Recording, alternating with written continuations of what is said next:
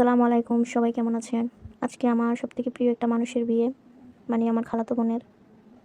তো ওর বিয়ের উপলক্ষে আমরা সবাই চলে যাচ্ছি ওদের বাড়িতে। ওদের বাড়িতে যেতে যেতে রাত হয়ে গেছে। রাস্তায় ট্রেন দেখলাম। ট্রেন দেখার কিন্তু মজাই আলাদা। অনেক দিন পর যাচ্ছি খালামণি বাড়ি। অবশেষে চলে আসলাম ওদের বাড়িতে। অনেক সুন্দর করে স্টেজটা সাজানো হয়েছে। এগুলো হচ্ছে ওদের কালকে খাবারের বাজার। হলুদের প্রোগ্রাম খালামণি এত বড় রাখে নাই, জাস্ট ফ্যামিলিগত মানুষ, খালাতো ভাই বোনরাই। শুধু আমরা খালাতো ভাই বোনরাই আসছি হলুদে। অনেক দুষ্টুমি আর অনেক মজাতে এই মুহূর্তটা কেটে গেল। খাবারের আয়োজন শুরু। জামাই ওনাকে চলে আসছে। আসেন, জামাইয়ের পকেটটা একটু খালি করে নেই। এই যে উনি হচ্ছেন দুলা। দুলাকে আমার ছোট বোনে ফুলের মালা দিয়ে বরণ করলো।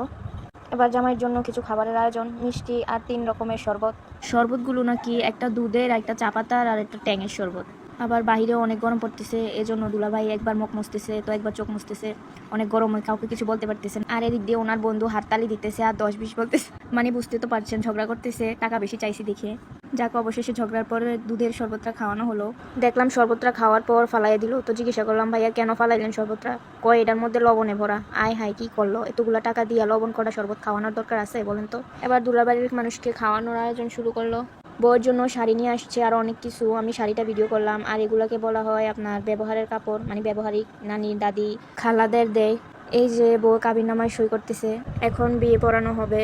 আমি এখানে একটা জিনিস দেখলাম, এখানে বিয়ে হলে বউর ভাবিরা নাকি মানে বউর সাথে বসে আর বলে কবুল বলার আগে টাকা দিতে হবে বউকে। তো এটা নাকি বউ পায়। অবশ্যই আমি এই নিয়মটা অন্য কোথাও দেখি নাই, ফার্স্ট টাইম দেখছি, যাক অনেক ভালো লাগছে বিষয়টা। হুজুরও এই বিষয়টা নিয়ে খুব সিরিয়াস, বলতেছে এই টাকাটা আগে দিয়ে রাখলেন না কেন? বিয়েটা না হয় এতক্ষণ হয়ে যেত। বাবারে, আমি তো হুজুরের কথা শুনে অবাক। আবার দেখলাম আমার খালাতো বোনও আবার টাকা ছাড়া কবুল বলে না।